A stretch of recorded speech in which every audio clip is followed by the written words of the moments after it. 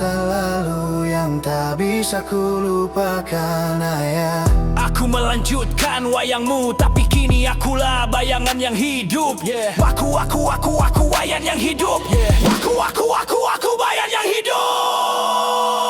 Bayangan pertama menyala di dada, suaraku menggema di langit Bandung yang luka.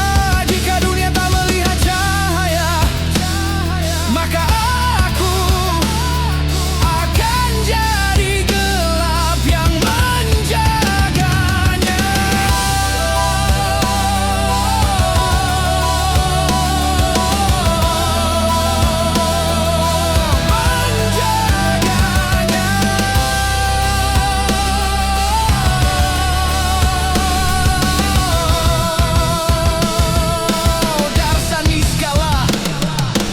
Penjaga antara dunia.